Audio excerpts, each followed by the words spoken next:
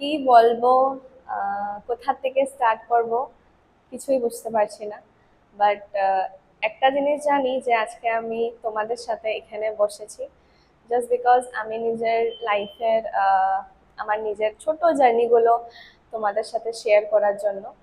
আহ, যখনই ভাবি যে আমি কিছু একটা বলবো, নিজের জার্নিটা শেয়ার করব, তখনই এরকম লাগে যে মানে অনেক বেশি কষ্ট হয়। কেন কি আমার মনে হয় যে যারা নিজের থেকে অনেক বেশি স্ট্রাগল করে আর অনেক বেশি কষ্ট করে লাইফে, ওরাই হয়তো যখন কিছু একটা নিজের লাইফের স্ট্রাগলটা শেয়ার করতে যায় তখন অনেক বেশি ইমোশনাল হয়ে পড়ে।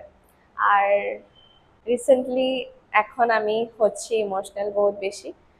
সত্যি কথা বলতে গেলে তো আমি অনেক বেশি ইমোশনাল পার্সন।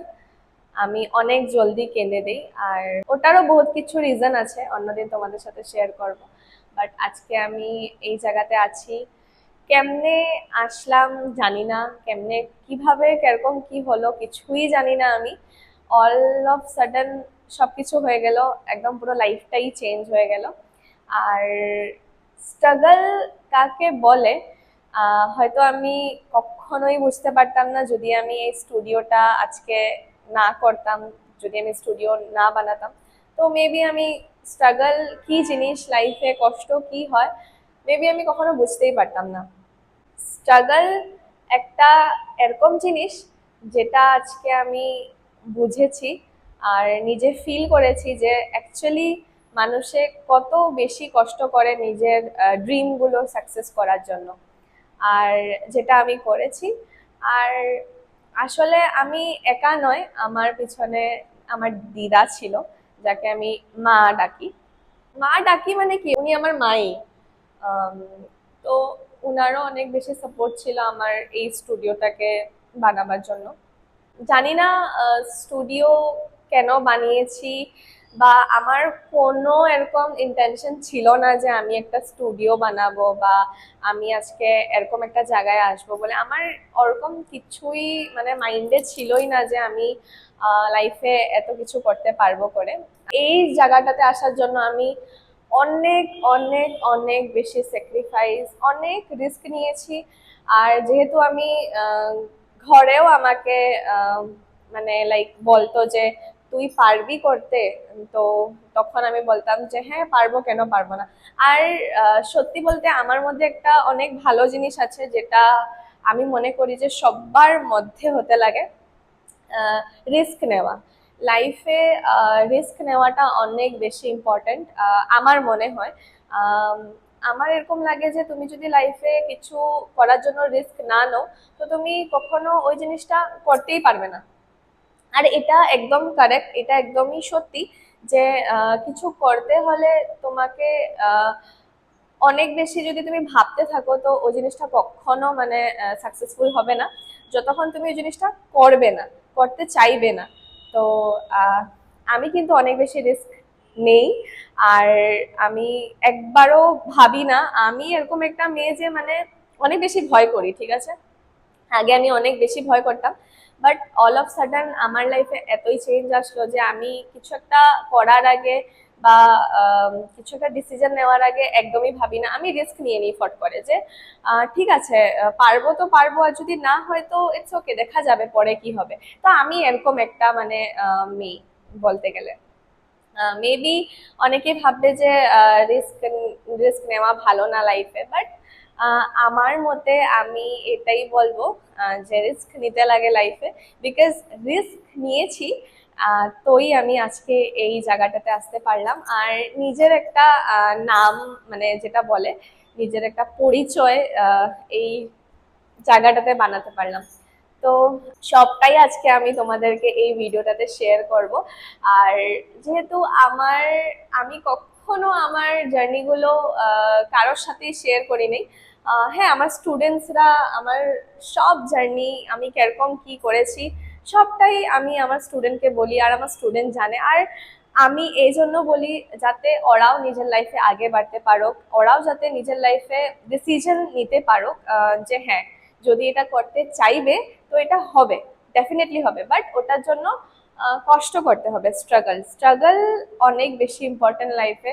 যদি তুমি স্ট্রাগল না করো, তুমি যদি হঠাৎ এটা পেতে চাও উইদাউট এনি স্ট্রাগল, তুমি এটাতে এটা করতে চাও, এটা পেতে চাও, কখনোই হবে না।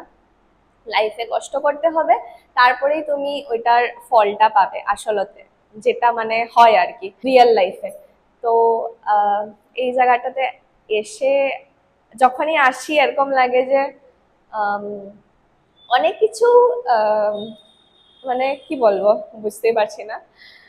আম, মানে যখনই এখানে আসি এরকম লাগে যে সত্যি আমি করতে পারলাম। মানে অনেক কিছু থাকে না যে মানুষের চায় বাট করতে পারে না, বাট আমি কিন্তু করতে পেরেছি। আর ওটার পিছনে আমার দিদা অনেক বেশি হেল্প করেছে আমাকে, আমার পিছনে ছিল অলওয়েজ। এখনো দিদা আমাকে অনেক বেশি সাপোর্ট করে। আর এখন যেহেতু আমার বিয়া হয়ে গেল, বিয়ে হয়ে যাওয়ার পর আমার শ্বশুর বাড়ির মানুষও আমাকে অনেক বেশি হেল্প করে। আমার বর, আহ, ওর কথা আর কি বলবো, ও তো আমাকে অনেক বেশি সাপোর্ট করে। ও বলে যে তুমি করো, তুমি লাইফে যেটা করতে চাইছো ওটা করো, আমি তোমাকে অলওয়েজ সাপোর্ট করব। তো একটা মেয়ের লাইফে আর কি লাগে যখন তোমার পিছনে এতগুলো মানুষ তোমার মানে একটা স্ট্রং পিলারের মতন খাড়া হয়ে আছে। তো ওই মেয়েটার তো অন্য কিছু চিন্তা করার কোনো দরকারই নেই, বাস করে যাও, আর বাকি তো আছেই সবাই পিছনে। সব থেকে প্রথমে আমি স্টার্ট করি আমার স্টার্টিং জার্নিটা। যখন আমি ঘরেই ছিলাম আর কিছু করছিলাম না, বসেই ছিলাম ঘরে, তখন আমি ভাবি যে একটা কিছু করা দরকার। আর তখন আমার কাছে এরকম কল আসে যে তুমি আমাদের সেন্টার জয়েন করো, তো ওখান থেকে তুমি ক্লাসেস করাতে পারবে, যেহেতু তুমি মেহেন্দি ডিজাইনস বানাও।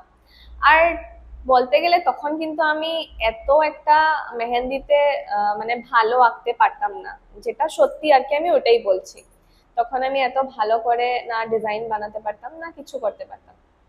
বাট তখন আমার কাছে কল আসে যে তুমি এরকম এরকম করবে নাকি, আমাদের সেন্টার জয়েন করবে নাকি।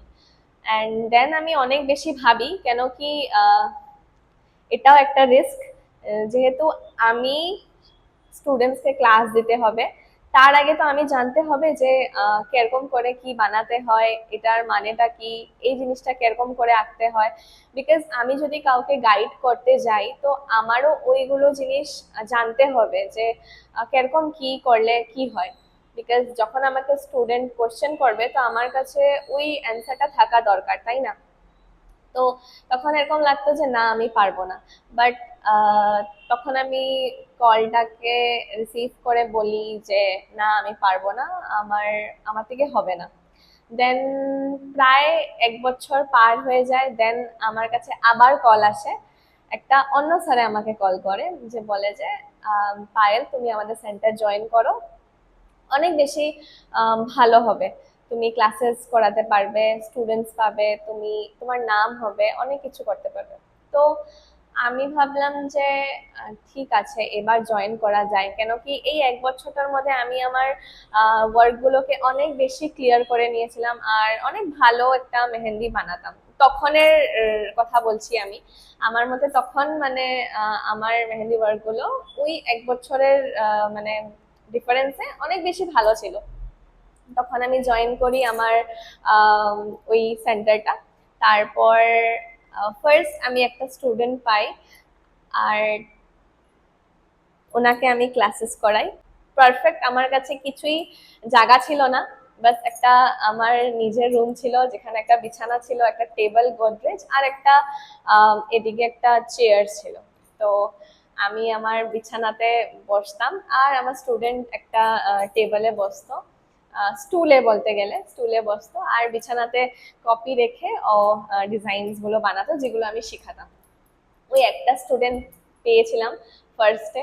তারপর লাইফটা এরকম ভাবে চেঞ্জ হয়ে গেল, আমি কিছুতেই বুঝতে পারিনি। আর আমি এরকম কখনো ভাবিনি যে আমি মেহেন্দি নিয়ে কখনো আগে বাড়বো বা এরকম একটা জিনিস করতে পারবো লাইফে, আমি কখনো ভাবিনি। আমার আমার এটা ড্রিম ছিলই না। আমি সবসময় ভাবতাম যে আমি একটা ফ্যাশন ডিজাইনার কোর্স করব, আমি একটা এরকম এরকম জায়গায় যাব, আমি ড্রেস ডিজাইন করব। আমার মানে ওগুলো জিনিসে বহুত বেশি ইন্টারেস্ট ছিল। যেহেতু ওগুলো হলো না, বাট ঘরে আমাকে এরকম কখনো বলেনি যে না তুই করতে পারবি না, ফ্যাশন ডিজাইনার কোর্স তুই করতে দেব না, এরকম কখনো বলেনি। ওরা বলেছে যে ঠিক আছে তুই কর, আমি আছি। আর তারপর আহ, কিছু রিজনের জন্য আমি ফ্যাশন ডিজাইনারের কোর্স করি না। ঠিক আছে। আহ, যেহেতু সবারই কিছু কিছু পার্সোনাল প্রবলেম থাকে, যেটা আমি বলতে চাই না। যাই হোক, এগুলো ছাড়ো। তারপর আম, আমি স্টার্ট করি আমার মেহেন্দি। তারপর আমি ঘরে ডেইলি প্র্যাকটিস করি, আর আমার হাত একদিন এরকম হয়েছে, সাডেনলি আমার মেহেন্দি ডিজাইন এত ক্লিয়ার হয়ে গেছে, মানে আমি নিজেও ভাবতে পারিনি। মানে কিরকম হলো, এত এত চমৎকার কিরকম হয়ে গেল। মানে সাডেনলি আমি যেগুলো আঁকতেই পারি না, এরকম লাগছিল যে কি জানি আমার হাতে কি সত্যিকারের কিছু জাদু হয়ে গেল। মানে আমি এরকম ভাবতাম, বিকজ আমি অনেক আর্টিস্টের ডিজাইন দেখতাম আর ভাবতাম যে আম, আমি কি কখনো এরকম বানাতে পারবো। এত এত ক্লিয়ার, এত ক্লিন, এত ডিটেলে ওয়ার্ক করতে হলে তো আমার অনেক বেশি স্ট্রাগল করতে হবে, অনেক বেশি প্র্যাকটিস করতে হবে, আর জানি না কখন হবে ওটা।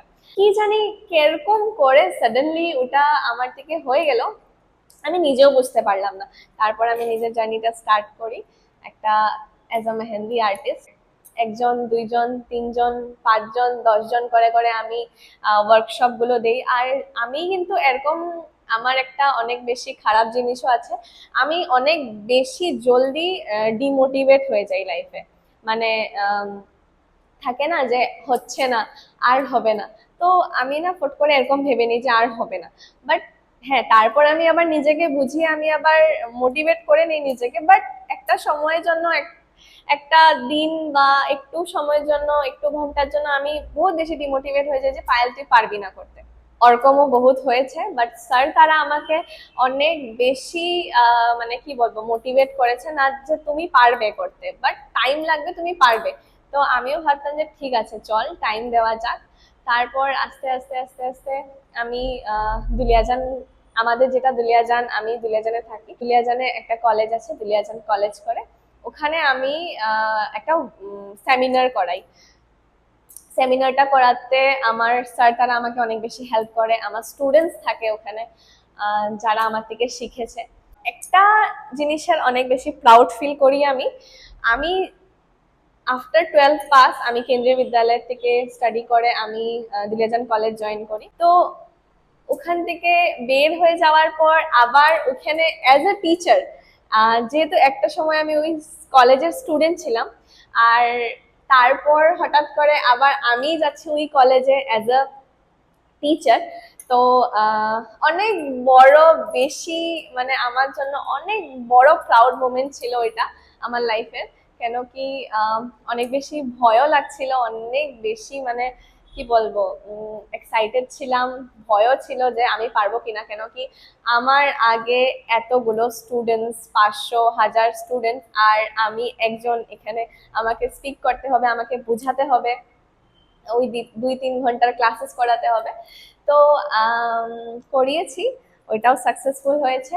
আর আমার যদি স্টুডেন্টস, স্যার তারা না থাকতো, মেবি আমি ওটা সাকসেসফুল করতে পারতাম না। বিকজ সবার লাইফে একটা পিছন দিকে যদি একটা পিলার থাকে, তো তুমি সব কিছুই করতে পারো লাইফে। বাট একলা তুমি অনেক কিছু করতে পারবে, বাট কিছু কিছু জিনিসের জন্য তোমার একটা পিলার, একটা সাপোর্টের দরকার, তাই না? তো ওটার জন্য কিন্তু আমার স্টুডেন্ট, আমার স্যার তারা আমার লগে ছিল। তারপর যখন আমি একটা সেমিনারের কথা বলতে আমি প্রিন্সিপাল স্যারের কাছে যাই, আর আমি বলি যে স্যার আমি এই কলেজেরই স্টুডেন্ট, আর আমি একটা সেমিনার দিতে চাই। তো স্যার আমাকে বললো যে তোমার মেহেন্দি ডিজাইনস গুলো দেখাও। এগুলো আমি দেখিয়েছি। আর তখন আমি এরকম হয় যে আমার মুম্বাইতে একটা কম্পিটিশন ছিল মেহেন্দির, আর ওখানে আমি একটা ন্যাশনাল আইকন অ্যাওয়ার্ড পাই, যেটার জন্য আমার অনেক বেশি নিউজেও এসেছিল। তো তখন 2024 এর কথা, ওইটা 2024 জানুয়ারির কথা। তারপর কিন্তু আমি যাই স্যারের কাছে যখন, তো স্যারে বলে যে আমার নিউজটা দেখে তুমি ইমান খিনি জানা মইতো ভবাই নাছিলো। তো তখন আমার এরকম লাগে যে কি বলবো, ওই মানে ফিলিংসটা আমি ওয়ার্ডসে বুঝাতে পারবো না। কেন কি যে কলেজে তুমি পড়লে, ওই কলেজে তুমি অ্যাজ আ মেন্টর তুমি কাউকে গাইড করতে যাচ্ছ স্টুডেন্টসদেরকে, এটা আমার জন্য অনেক বেশি বড় কথা। আর যখন আমাকে স্যার একটা অ্যাসমিজ গামোসা দিয়ে যখন আমাকে পড়ায়, তখন সত্যি মনে এরকম মনে হচ্ছিল যে আমি লাইফে সব কিছু অ্যাচিভ করে নিয়েছি। কেন কি যেহেতু আমরা স্যারকে একটা সময় গামোছা পরাতাম, আর ওই দিনটা আমাকে স্যারে গামোছা পরিয়েছে, আর আমার জন্য এটা অনেক বেশি বড় কথা। জানি না কার জন্য কি ভাবছো তোমরা, বাট আমার জন্য অনেক বেশি বড় কথা। তো এরকমই আমার জার্নিটা ছোট্ট ছোট্ট স্টেপ নিয়ে আগে বাড়ে। তারপর আসলো আমার জব। আমার লাইফে জব আসে, ঘরের থেকে আমাকে বলে যে তুই জব কর, সাথে সাথে মেহেন্দিও কর, কোনো প্রবলেম নেই। তো আমি একটা ভালো জব পেয়েছি। আমি পিএনজি, তোমরা শুনেছই মনে হয়, প্রক্টর অ্যান্ড গ্যাম্বল, ওটার অ্যাজ আ ব্র্যান্ড প্রমোটার আমি বিশালে জবটা জয়েন করি। আর ওটা থেকে আমাকে অনেক মানুষে চিনে, অনেক মানুষে জানে, এখনো আমাকে এসে বলে যে তুমি বিশালে করতে না। তো আমি বলি যে হ্যাঁ, একটা সময় আমি বিশালে করতাম। আর ওইখানে যে এত স্ট্রাগল আছে আমার, ওটাও একটা বহুত 2 বছরের স্ট্রাগল আমার। যখন আমি বিশাল জয়েন করি, তখন আমি মানে কেমনে কি কাজ করতে হবে, বিকজ লাইফে আমার প্রথম জব ছিল। আর আমি এরকম ভাবতাম যে আমি করতে পারবো কি পারবো না, তখন আমি ডিমোটিভেট হয়ে যেতাম। যেহেতু আমার এটা এজ অলওয়েজ আছেই, আমি ডিমোটিভেট হয়ে যাই প্রথম প্রথম, বাট তারপর আমি নিজেকে মানে মানিয়ে নেই যে হ্যাঁ তুই করতে পারবি, কেন পারবি না, যদি সবাই পারছে তো তুইও পারবি। তারপর জয়েন করি, আস্তে আস্তে আস্তে আস্তে অনেক স্ট্রাগল। মানে কি বলবো, আমাকে বলতে গেলে সবাই ভালো পেত, ঠিক আছে। কেন কি আমার সুপারভাইজার আলাদা ছিল, আমার বিশালের লগে কোনো টার্মস ছিল না। বাট বিশালের ম্যানেজার্স, স্যার, তারা আমাকে এত বেশি ভালোবাসতো। কেন কি ব্র্যান্ড প্রমোটার্সদেরকে বলতে গেলে বিশালের লগে কোনো টার্মস নেই, ওদের সাথে মানে এত বেশি কাজ করতেও বলে না। আর ব্র্যান্ডের প্রমোটার তুমি যদি হো, তো ব্র্যান্ডের কামই করবে, তোমার নিজের যেগুলো প্রোডাক্টস আছে তুমি ওগুলোকে গুছাবে, ওগুলোকে সেটেল করবে, ওগুলোর জন্য কাজ করবে। বাট আমি এরকম ছিলাম যে আমি নিজের কাজগুলো শেষ করে আমি বিশালের কামগুলো করতাম। ওদের যত স্টক আসতো ওগুলোকে খুলে লাগানোর থেকে ধরে বস্তা টানা, কার্টুন টানা। যেহেতু আমি একটা মেয়ে, and I feel very proud কি আমি একটা সময় কার্টুন, এত ভারী ভারী কার্টুন, মানে কি বলবো, ওই যে 25 কেজির টাইডের বস্তাগুলো আমি টেনেছি। এখনো মনে পড়ে ওগুলো কথা। আর আমার যখন স্টক আসতো, তখন আমার বিশালের যেগুলো স্টাফ থাকতো ওরাও আমাকে অনেক বেশি হেল্প করতো, আর ওগুলো ওদের সাথেও অনেক বেশি ফ্রেন্ডশিপ হয়ে গেছিল। ওদের কাজ যখন থাকতো তো আমি হেল্প করতাম। আমার অবশ্য স্টক বেশি আসতো না, কেন কি আমার মাসে 3বার বা 4বারই স্টক আসতো, ডিপেন্ড করে যে সেল কত হচ্ছে। আর ওদের কিন্তু প্রায় ডেইলি উইকলি 5 দিন 6 দিন করে তো স্টক আসতোই। তো বেশিরভাগ আমি ওদের সাথেই কাম করতাম। আর আমার অনেক বেশি কাম ছিল না আমার বলতে গেলে। আর আমার কাজ যেগুলো ছিল আমি ওগুলো সকালেই আমার শেষ হয়ে যেত, আর গোটা দিন আমি কি করবো এমনি। আর আমি এরকম ভাবতাম যে আমার যখন কাজ সব শেষ হয়ে গেছে, তো আমি ওদেরকেও কিছু একটা হেল্প করি, তো ওদেরও একটা হেল্প হয়ে যাবে, জলদি জলদি কামগুলো শেষ হয়ে যাবে। আর আমি অলওয়েজ ভালোবাসি যে জায়গাগুলো ক্লিয়ার থাকুক, যাতে আইলস গুলো ক্লিয়ার থাকলে কাস্টমার ভিজিট করতে প্রবলেম হতো না। তখন আমি প্রায় ভাগ এটাই চেষ্টা করতাম যে জলদি জলদি কার্টন গুলো শেষ করি, আর যাতে আইলস গুলো ক্লিয়ার থাকুক।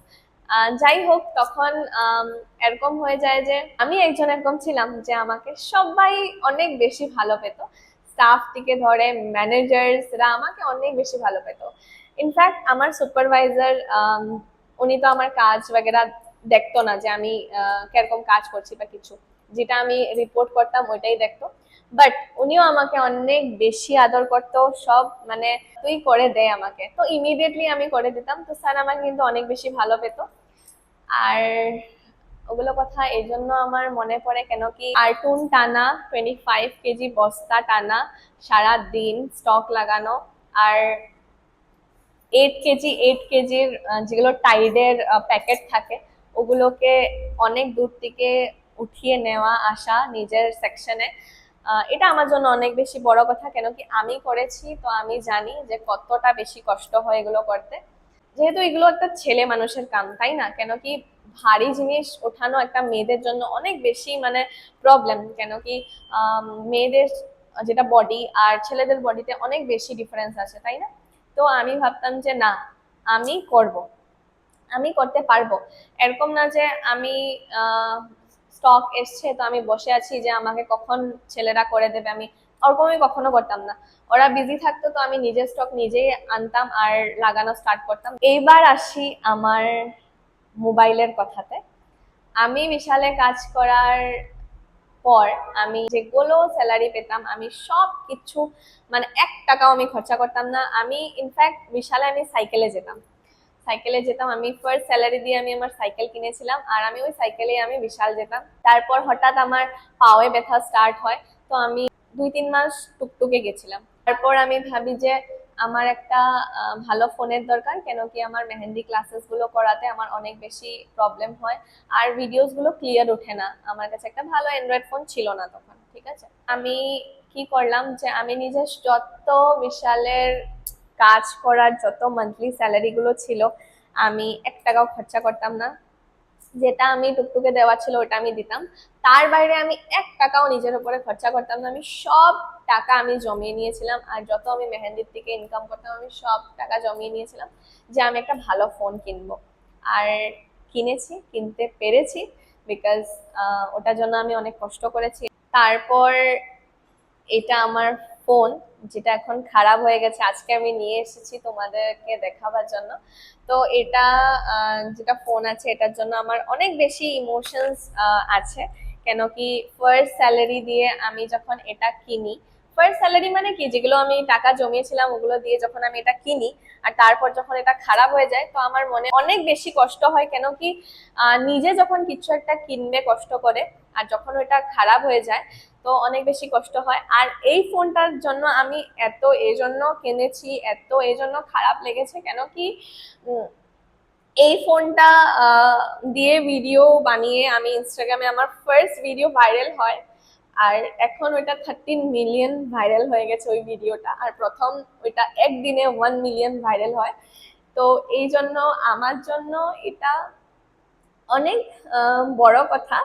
আর ঠিক আছে, এটা খারাপ হয়ে গেছে, কোনো ব্যাপার না, আরেকটা এসে পড়েছে। কিন্তু এটাকে না আমি কখনো মানে থাকে না যে সেল করে দেও বা কাউকে দিয়ে দাও, কখনো পারবো না। যদি আমার এটা খারাপ মানে আমি যদি এটা তো আমি ঠিক করে নেব, বাট যদি আমি ঠিকও না করি এটা এটা আমি সারা জীবন আমি নিজের কাছে রাখতে চাই। কেন কি এটা দিয়ে আমি আমার ফার্স্ট ভিডিও ভাইরাল হয়, আর তখন থেকে আমার ইনস্টাগ্রামের সব ভিডিও মানে একটার পর একটা 40K, 100K, 200K, 3 million, 6 million, 12 million এরকম করে ভাইরাল হয়। তো আমার জন্য এটা অনেক বড় কথা। আর এই মোবাইলটা নিয়ে অনেক মানুষ অনেক কিছু কথা বলেছে যে কেন একটা মোবাইল আরেকটা কিনতে হয়। তো তোমরা জানো না কেন কিনতে হয়, কেন কি করতে হয়। যদি কেউ নিজের লাইফে কিছু করতে চাইছে, করছে, তো তোমরা প্লিজ আসো না ওটাকে বলার জন্য যে কেন কেন কি করতে লাগে। যে মানুষটা করে ওই বুঝতে পারে যে কেন করছে, কিসের জন্য করছে। তো সোশ্যাল মিডিয়াতে যারা কাজ করো না তারা মেবি বুঝতে পারো না যে একটা ফোন একটা কেনার পর যখন একটা ভালো ফোন খারাপ হয়ে যায় বা কিছু, ওটার ইমোশনস কত থাকে, ইমোশনস কত জড়িয়ে আছে, তো এটা কখনো তোমরা বুঝতে পারবে না। আর আমি এই ফোনটাকে অনেক বেশি ভালোবাসি, ডেইলি করে আমি এই ফোনটাকে দেখি। হতে পারে আমার আমার কাছে এটা থেকে একটা ভালো ফোন এসে পড়েছে, যেহেতু এটা 14 14 হয়, আইফোন 14। আমার কাছে এখন 17 প্রো আছে, বাট তবু আমি এতটাও খুশি না ওইটা পেয়ে যতটা আমার জন্য এটা ইম্পর্টেন্ট। এখনো আমি যখন ভিডিও করি আমি ভাবি যে আমার 14 যেটা আছে, আইফোন 14, ওইটাই বেস্ট ফোন। তো ঠিক আছে, তোমরা বলতে থাকো, আমার কোনো আসে যায় না। কিন্তু আমার যখন প্রফেশনাল লাইফ নিয়ে কিছু কেউ বলতে আসে আমি অনেক বেশি কষ্ট পাই, কেন কি এই জায়গাতে আসার জন্য আমি কত কষ্ট করেছি কেউ জানে না। ঠিক আছে, আহ ইমোশনাল হয়ে গেছি আমি, বাট ওকে ফাইন। যে হোক, এটা আমার phone, I love this phone very much. বিশালের কাজটা জয়েন করার পর আমি, আমার মাথায় এরকম একটা আসে যে আমার একটা স্টুডিও বানানো দরকার। ঠিক আছে, তারপর আমি অনেক আর্টিস্টকে আমি ফলো করতাম, অনেক আর্টিস্টের ডিজাইনসকে আমি ফলো করতাম, কিরকম কি করে ওরা নিজের লাইফে কিরকম গ্রো করেছে।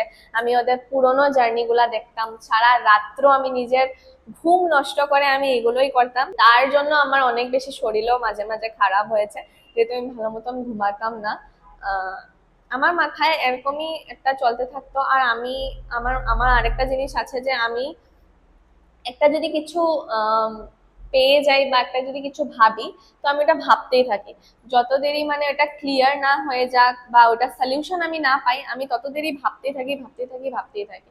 তো মেবি কিছু জিনিস লাইফে আগে বাড়ার জন্য এই জিনিসটা অনেক বেশি ভালো, বাট অনেক বেশি খারাপও। কখনো কখনো অনেক বেশি ভেবে ভেবে নিজের শরীর খারাপ হয়ে যায় আমার। তো এত বেশি ভাবতে লাগে না কখনো, সবকিছুই ঠিক করে সবকিছু ম্যানেজ করে চলতে হয়। অনেক আর্টিস্টদেরকে দেখতাম যে ওদের নিজের নিজের স্টুডিও আছে, ওরা নিজের একটা প্রপার জায়গা আছে, কিন্তু আমার ছিল না। আমি আমি ঘরেই ক্লাসেস করাতাম, আর ওই বিছানাতে যে আমি বসে ক্লাসেস গুলো করাতাম, তারপর আমি টেবলে স্টার্ট করেছি ক্লাসেস করানো। এরকম লাগতো যে আমার একটা নিজের জায়গা থাকা উচিত। তো ওই জায়গাটা বানানোর জন্য আমি সারা রাত ভর ঘুমাতাম না। আমি কিরকম কি করব, মানে আমি অলওয়েজ এটাই ভাবতাম যে আমি কেমনে করে কি করব, তো আমি নিজের একটা জায়গা বানাতে পারবো। আমার পক্ষে এটা পসিবল ছিল না। আর আমি তখন এরকম করেছিলাম যে আমি নিজের রুমটাই পুরো খালি করে দিয়েছিলাম, আমার বিছানা টেবিল সবকিছু বের করে দিয়েছিলাম, গদরেজ এন্ড অল সবকিছু অন্য রুমে শিফট করে দিয়েছিলাম। আর আমি ওই রুমটাকে একটা ভালো মতন সাজাই, মানে একটা লুক দেই। আমি পুরো রুমটাকে হোয়াইট কালার করে দেই। দেন একটা ওয়ালে, যেহেতু আমাদের ওয়ালগুলো বহুত বেশি ড্যাম ছিল, আর আমি ওয়ালের মধ্যে যেগুলো ফ্লেক্স থাকে ডিজাইনেবল ওগুলো লাগিয়ে দিই। আর একটা প্রপার সুন্দর একটা ছোট্ট মোট্ট মানে একটা জায়গা ক্রিয়েট করার চেষ্টা করি। আর ওটার জন্য আমি ছোট মোটো জিনিস ক্রিয়েট করি, কিন্তু ওটাতেও আমি সাকসেস হই। আমার ঘরে আমার সবাই মানে ওটা সাকসেস করার জন্য আমাকে হেল্পও করেছে। তো যাই হোক, করতে পেরেছি। আর ওইখানে আমি ক্লাসেস বগেরা করাতাম। আর এরকম হতো যে তখন আমি সারাদিন বিশালে থাকতাম, তো আমার ক্লাসেস করাতে অনেক বেশি প্রবলেম হতো। তো আমি সকাল 6টার সময় উঠতাম, উঠে আমি আগে 7টার থেকে 9টা পর্যন্ত ক্লাস করাতাম। আর তারপর ফটাফট খেয়ে আমি বের হয়ে যেতাম, কেন কি 9:30 10টার থেকে আমার জয়নিং থাকতো বিশালে। ঠিক আছে, তো তখন এরকম লাইফে এত মানে আমি এত বেশি মানে আম, কি বলবো, আম, মানে আমি নিজের তারিফ করছি না, বাট এত কম বয়সে যে আমি এত কিছু করতে পেরেছি লাইফে, আমার জন্য অনেক বড় কথা। ঠিক আছে, ডেইলি আমি সকালে 7টার থেকে 9টা পর্যন্ত ক্লাস করাতাম, তারপর খেয়ে দিয়ে আমি বের হয়ে যেতাম আমার বিশালে যাওয়ার জন্য। তারপর বিশালে যাওয়ার জন্য বের হয়ে যেতাম। তারপর আমার সঙ্গে আরো কিছু সিচুয়েশন ক্রিয়েট হয়। আমাদের উইক অফ থাকতো সপ্তাহে একদিন, বাট আমি, কি হতো আমার যে আমার অর্ডার থাকতো অনেক বেশি, তখন আমি অনেক বেশি মেহেন্দি অর্ডার পেতাম। স্টার্ট হলো আমার ওই ইনকাম সোর্সটা, যে আমি জায়গায় জায়গায় মেহেন্দি অর্ডার করতে যেতাম। আর তারপর আমার লাইফে একটা আরেকটা জিনিস অ্যাড হয়। আমি মেহেন্দির অর্ডারস পেতে শুরু করি ব্রাইডসদের, রিয়েল ব্রাইড, যেটা আমার অনেক দিনের ইচ্ছা ছিল যে আমি রিয়েল ব্রাইড পাবো কিনা, বা আমি ক্লাসেস বগেরা করাতে পারবো কিনা। তো আমি পেরেছি ক্লাসেস করাতে, অ্যান্ড দেন আস্তে আস্তে আমার রিয়েল ব্রাইড আসা শুরু হলো, অর্ডারস আসা শুরু হলো, কলস আসতো যে অর্ডারের জন্য।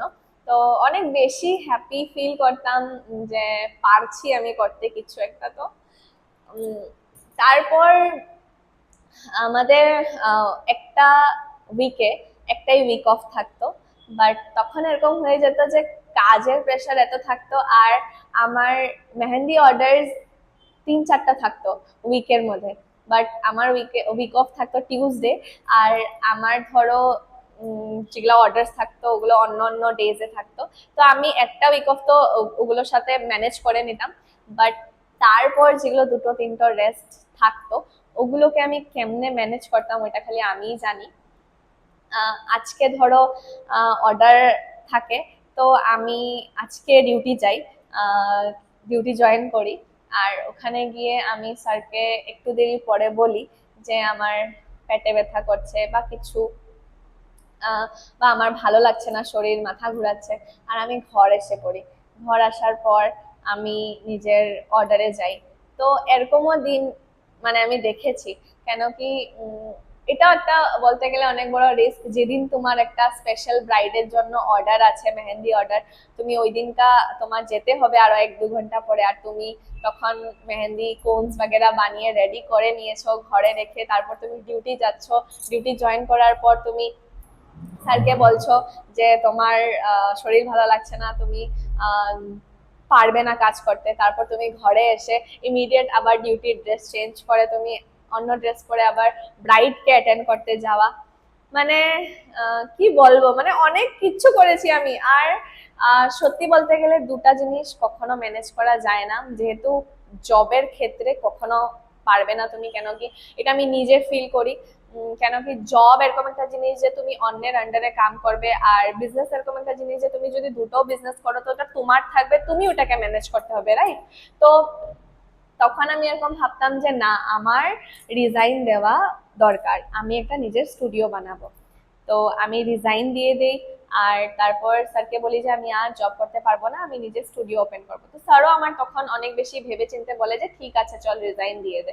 বাট স্যার চাইতো না যে আমি একটা এত ভালো স্টাফ রিজাইন দেই করে, স্যার কখনো চাইতো না। তো স্যার বলে যে ঠিক আছে তুই রিজাইন লেটার লিখ আর দিয়ে দে আমাকে। তারপর রিজাইন লেটার আমি দিয়ে দেওয়ার পর আমি 15 দিনের মতন আমি নোটিস ক্রিয়েট করি। কেন কি এটা কোম্পানির রুল অ্যান্ড রেগুলেশন থাকে যে তুমি রিজাইন দেওয়ার পর ইমিডিয়েট তুমি কাজ ছাড়তে পারবে না। বিকজ থাকে কতগুলো কোম্পানির রুলস। 15 দিন আমি নোটিস ক্রিয়েট করি, কিন্তু 1 মাস করতে হয়। 15 দিন নোটিস ক্রিয়েট করার পর আমাকে স্যার আবার ফোন করে বলে যে তুই রিজাইন দিতে পারবি না, রিজাইন আবার উইথড্র কর। তো আমি তখন আবার ডিমোটিভেট হয়ে যাই। মানে এদিকে স্টুডিও আমার ওপেন হচ্ছে, এগুলো রেডি করছি আমি, আর তার মধ্যে আমাকে স্যার আবার বলছে ফোন করে যে তুই রিজাইন উঠাতে পারবি না, তুই আবার রিজাইন উইথড্র কর।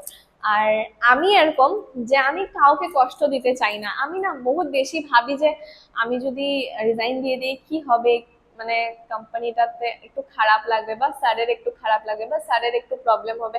প্রবলেম তো হবে না, আমি চলে গেলে অন্য স্টাফ এসে পড়বে, বাট স্যারে যেটা আমার থেকে এক্সপেক্ট করতো ওটা হয়তো অন্য কেউ দিতে পারবে না। এই জন্য স্যার আমাকে কিছু ভেবে আবার বললো যে তুই রিজাইন উইথড্র কর, তুই রিজাইন উইথড্র করতেই হবে।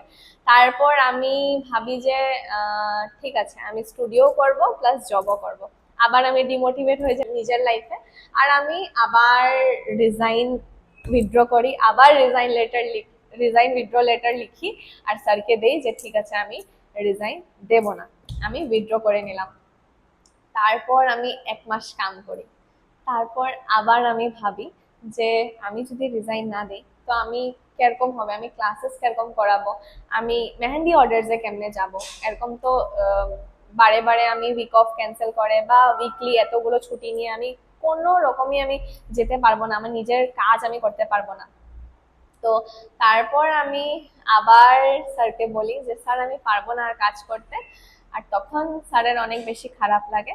স্যার বলে যে ঠিক আছে, রিজাইন তো দেওয়া হয়ে যায়। তারপর যখন আমি একদিন বিশাল যাই 10-15 দিন পর সবার সাথে দেখা করতে, সবাই কিরকম আছে, কিরকম কাজ চলছে, আর তখন পর্যন্ত কোনো ব্র্যান্ড স্টাফ আসে না পিএনজি, তখন খালি ছিল।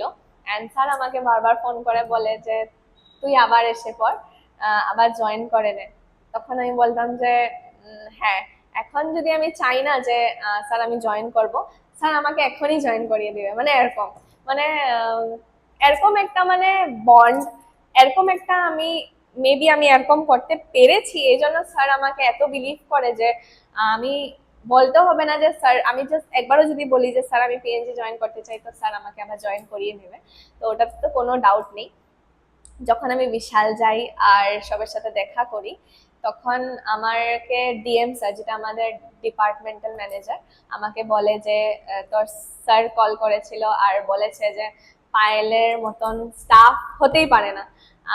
এরকম কোনো কাজ নেই আজ পর্যন্ত, এই 2 বছরে আমি পায়েলকে বললাম যে এটা কর আর ও করে নেই, এটা কখনো হতে পারে না। মানে আমি ইমিডিয়েট কিছু একটা পায়েলকে ফোন করে বললাম যে পায়েল এটা করে দে, তো পায়েল করেছে ওইটা, নিজের কাজ বাদ দিয়ে আমার কাজটা আগে করেছে, ঠিক আছে। আর যেহেতু আমি রেকর্ডিংটা যখন শুনি আমার অনেক বেশি ভালো লাগে মনের মধ্যে, যে আমি একটা ভালো মেমোরিজ সবের মনে ক্রিয়েট করে এসেছি। কারোর মনে খারাপ জিনিস নেই আমার জন্য। আর শুনে বহুত বেশি ভালো লাগে। প্লাস ডিএম স্যার, আমি অনেক বেশি ঝগড়া, মানে ঝগড়া মানে কি, অনেক বেশি লাগতাম আমি, কেন কি কখনো কখনো আমি স্টক, ওদের বেশি কাম থাকতো, আমার স্টক যখন লাগাতে অনেক বেশি প্রবলেম হতো একলা একলা, তখন আমি অনেক বেশি ঝগড়া ঝগড়া মানে কি বলবো, আর তর্কাতর্কি হয়ে যেত। স্যার বলতো যে লাগবে না আমাদের কাম করতে, তুই নিজের কাজ কর, এরকম করে বলতো। তখন আমি বলতাম যে আমি নিজের কাজ করেও তোমাদের কাজ করছি, তোমাদের তবুও মানে মন ভরে না নল, মানে এরকম করে করে মানে লাগতাম। তারপর আবার কিন্তু স্যার আমার সাথে এসে কথা বলতো, মানে ওগুলো এমনিই আর কি, ঠিক আছে। তো ভালো ভালো মেমোরিজ বহুত আছে, খারাপ তো কিছুই নেই। আর কাজের জায়গায় তো কাজ করতেই হবে, ওটা অনেক বেশি দরকার। আর কলটা যখন রেকর্ডিং শুনি, তখন আমাদের ডিএম স্যার, যেটা বিশালের, উনিও বলে যে পায়েলের মতন স্টাফ কখনো পাবো না আমরা।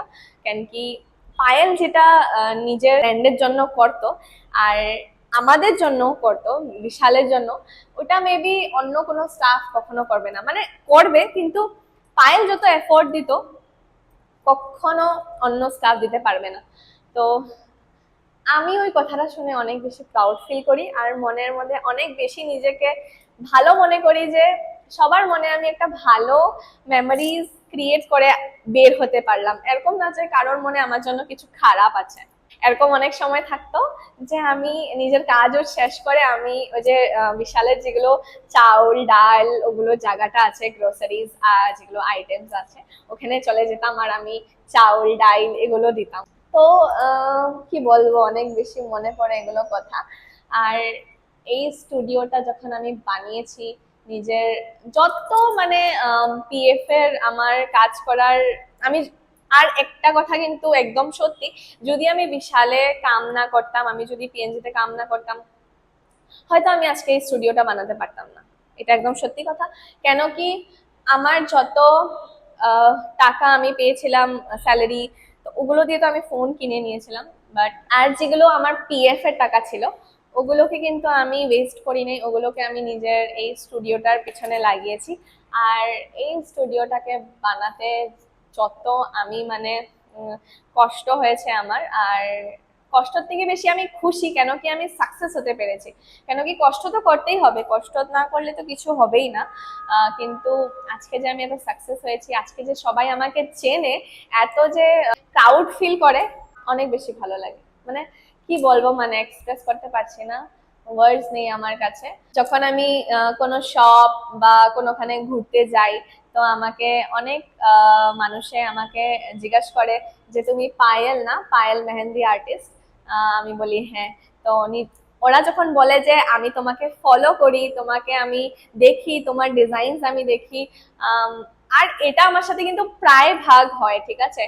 মানে এরকম না যে অনেকদিন পর পর, কিন্তু এটা আমার সাথে রেগুলার হয়। আমি যখনই ধরো স্টুডিও থেকে নামছি, ঘর যাচ্ছি বা রাস্তাতে বা কোনোখানেই বা কারোর ঘরে যাচ্ছি, কেউ না কেউ এরকম বের হয়ে যায় যে আমাকে বলে যে আমি তোমার অনেক ভিডিও দেখি, আমি আমার মেয়ে বা আমি আমার কাজিনসকে তোমার কথা বলেছি, আমি আমি আগেও তোমার কাছে ক্লাসেস করাতে চাই আমার মেয়েদেরকে। তো অনেক বেশি ভালো লাগে। আর মাঝেও যখন আমার বর এসেছিল, তখন আমরা যখন জুয়েলারি শপে ছিলাম, তখন একজন লেডি আমাকে জিজ্ঞেস করে যে তুমি পায়েল না? অনেক দূর থেকে তোমার মানে, এখানে উনি থাকেন না, তো এখানে মেবি কারো ঘরে ঘুরতে এসেছিল আর আমাকে জুয়েলারি শপে পেয়ে গেছিল। আর তখন আমার বর আমার সাথে ছিল। আর তখন আমাকে ওই লেডিটা বলে যে তোমার ভিডিওস আমি দেখি, ক্লাস করতে অনেক বেশি ইচ্ছা আমার, তো অনলাইন ক্লাস করাও কিনা, এরকম অনেক বেশি কথা, অনেক কিছু কিছু কথা জিজ্ঞেস করে। আর আমার এরকম মনে হয় যে আজকে আমি নিজেকে যে এতটুকু বানাতে পারলাম, এটার জন্য মেবি আমার বর, আমার ফ্যামিলি, আমার শ্বশুর বাড়ির মানুষ অনেক বেশি প্রাউড ফিল করে যে কি বলবো, আমার বর তো অনেক বেশি প্রাউড ফিল করে আমাকে নিয়ে, যে আমি আজকে এত কম বয়সে আমি এত কিছু করতে পেরেছি। তো এতটুকুই রইলো। আর কি বলবো, আমি কিছুই বুঝতে পারছি না, বহুত বেশি ইমোশনাল হয়ে গেছি। আমি তো এখানে কাঁদছি না, বাট হ্যাঁ আমার মানে কি বলবো, এখান থেকে মানে আমার ফেটে যাচ্ছে, মানে আমি বলতে পারছি না তোমাদেরকে। আমি চাই যে আমার যত স্টুডেন্টস আছে ওরা অনেক বেশি বেশি বেশি স্ট্রাগল করুক আর নিজের লাইফে অনেক বেশি আগে বাড়ুক, বিকজ আমার থেকে যদি কেউ মোটিভেট হয় তো আমি অনেক বেশি লাকি, আমি নিজেকে বহুত বেশি প্রাউড ফিল করি, বিকজ আমাকে যদি কেউ দেখে মোটিভেট হচ্ছে, কেউ আগে বাড়ছে, তো ওটা আমার জন্য অনেক বেশি বড় কথা। এত কম বয়সে যদি আমি এত কিছু করতে পেরেছি, আর আগেও আমি চেষ্টা করব নিজের লাইফে অনেক কিছু করার জন্য, অনেক কিছু ভেবে রেখেছি। তো তোমাদের সাপোর্ট পেলে কিন্তু আমি ওটা অবশ্যই করতে পারবো। তো আমি চাই যে তোমরা আমাকে অনেক অনেক অনেক বেশি ভালোবাসা দাও, আমাকে সাপোর্ট করো, যাতে আমি নিজের লাইফে সবকিছু অ্যাচিভ করতে পারি, সবাইকে খুশি দিতে পারি। কেন কি আমার দিদা আমাকে যেটা খুশি দিয়েছে, এত কিছু করেছে আমার জন্য, আমি কিছু করতে চাই। আমি নিজে দিদার জন্য কিছু করতে চাই, আমার মা, আমি মার জন্য কিছু করতে চাই। আর একটা কথা বলছি লাস্টে, যে অনেক হয়তো মেয়েরা ভাবে যে বিয়ে করার পর জামাই সবকিছু দিবে, বর সবকিছু করবে, বরের ঘর বানিয়ে দিবে, বা বরের ঘরে আমি থাকবো, বরের পয়সাতে আমি খাবো। কিন্তু লিটারেলি বলতে গেলে আমার মনে এরকম কিছু নেই। আমি সব সময় ভাবি যে আমি নিজের কিছু একটা করব। কেন সবসময় মানে বর থেকেই পাওয়াটা মানে দরকার, মানে এরকম কেন হতে পারে না যে একটা মেয়ে কিছু করুক, মানে একটা বউ নিজের বরের জন্য করুক, ওইটা তো একটা আলাদা হবে না? কেন কি আহ সবার বর তো সব বউয়ের জন্য সবকিছুই করছে, কিন্তু কত বউ নিজের বরের জন্য করছে, ওটা আমার মানে করতে অনেক বেশি ইচ্ছা।